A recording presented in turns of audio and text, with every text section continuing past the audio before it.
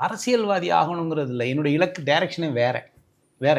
அந்த இலக்கை நோக்கி போயிட்டுருக்கேன். அதனால தான் இந்த டான் சிரியா அது இது இந்த மாதிரி இதெல்லாம். ஆமாம். உலக லெவலில் இன்னொரு அரங்கில் போயிட்டுருக்கோம். ஆமாம். அந்த பயணத்தில் போகும்போது இந்த டைவர்ஷன் முடியாது. அதான் உண்மை. அதாவது விஜய் அவர்களே சொல்லியிருக்கார். நான் நடித்தா அரசியலுக்கு வர மாட்டேன், அரசியலுக்கு வந்தால் நடிக்க மாட்டேன். பர்சனலாக பேசும்போது சொல்லியிருக்காரு எங்கள்கிட்ட. நான் அந்த படத்தில் இருக்கும்போதெல்லாம். அது இல்லைன்னா அது ஏதாவது ஒன்று தான் நான் பண்ணுவோம். நடித்தா அரசியல் வேண்டாம். அரசியல் கால் வச்சு ரெண்டுலையும் கால் வைக்க மாட்டேன், அதை நான் என்றைக்குமே செய்ய மாட்டேன்னு சொல்லியிருக்காரு. அது அவருடைய இலக்கு, அது அவருடைய பாதை, அது அவருடைய கனவு, அதை நோக்கி அவர் போகிறார். அதுக்காக அவர் போகிறதுக்காக அப்படிங்கிறதுக்கு சொல்லவில்லை. எம்ஜிஆரும் சினிமாவிலேருந்து வந்திருக்காங்க, என்ன புரட்சித் தலைவியும் சினிமாவிலேருந்து வந்திருக்காங்க, டாக்டர் கலைஞர்களும் யார் சினிமாவிலேருந்து வரல.